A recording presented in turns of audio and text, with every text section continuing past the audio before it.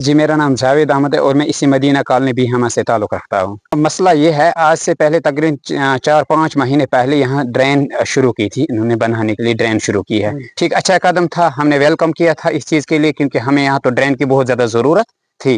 तो ठीक चलते हमने इनको साथ दिया है, ड्रेन बनाने में हमने साथ भी दिया, इनको जहाँ भी हमारी ज़रूरत है हम खड़े रहे हैं।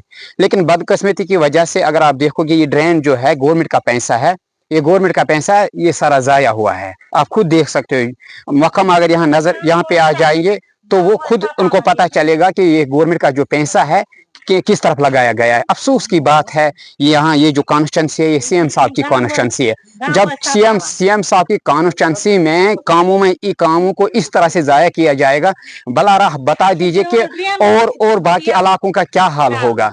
और दूसरा, ये जो है ये तो डिस्ट्रिक्ट में है, तो अगर डिस्ट्रिक्ट के बाहर की बात करें तो वहाँ क्या हाल होगा, ये अल्लाह ही बेहतर जानता है। तो बस हमारी यही मुद्दा है आपसे यहाँ आने की कि जो ये ड्रेन है ये पूरी खस्ता किया गया है। और दूसरा, ये जो रोड है ये लीक होता है जिला अस्पताल गांधरबल, बस यहाँ पे चंद मीटर दूरी जिला अस्पताल गांधरबल है। यहाँ पे इस रोड पे आवाजाही बहुत ज़्यादा रहती है, यहाँ पे आमदन ज़्यादा रहता है। तो यहाँ पे घर वाले भी, मेरा मकान जो है सामने मेरा मकान है, इतनी प्रॉब्लम हम तब से हुई है। आप ये देख लीजिए, यहाँ पे एक बंदे को चलने की, यहाँ से एक बंदा नहीं चल सकता है, तो गाड़ियों के क्या हाल होगा। यहाँ जो कॉलोनी वाले हम सब परेशान हुए हैं तब से। तो महकमा से हमें यही अदबन हमारी यही गुजारिश रही, यही अपील रहेगी, बराए करम एक बार यहाँ आप विजिट कीजिए और देख लीजिए आपने जो काम यहाँ पे करवाया है, क्या वो काम है कि वो कुछ और है। एक बार आ जाइए, वो आपकी मेहरबानी होगी। ये जो स्कीम है, ये म्यूनिसिपल काउंसिल की स्कीम गांधरबल की है, ये R&B कर रहा है, R&B डिपार्टमेंट। ये दिस वाज अलॉटेड, ये 1,50,000 रुपीज़ में अलॉटेड है। वहाँ पे हमने ऑलमोस्ट 98% काम कंप्लीट कर लिया है। अब उसमें 2 to 3 स्पन पाइप्स उसमें कनेक्ट करनी, ताकि ड्रेनेज नेटवर्क कंप्लीट हो जाए। लेकिन ड्यू टू सम, आपको पता है कि डिस्प्यूट्स हो जाते हैं आपस में, मोहल्ले में आपस में कुछ फैमिलीज के आपस में डिस्प्यूट है, उस वजह से उनने वो फाइनल कनेक्ट करने नहीं दिया हुआ है, जिसकी वजह से वो that had been brought into the notice of district administration. भी उनने भी डायरेक्ट किया हुआ है तहसीलदार साहब को कि आप इनको लॉ एंड ऑर्डर सपोर्ट दे दें और आप कर दें।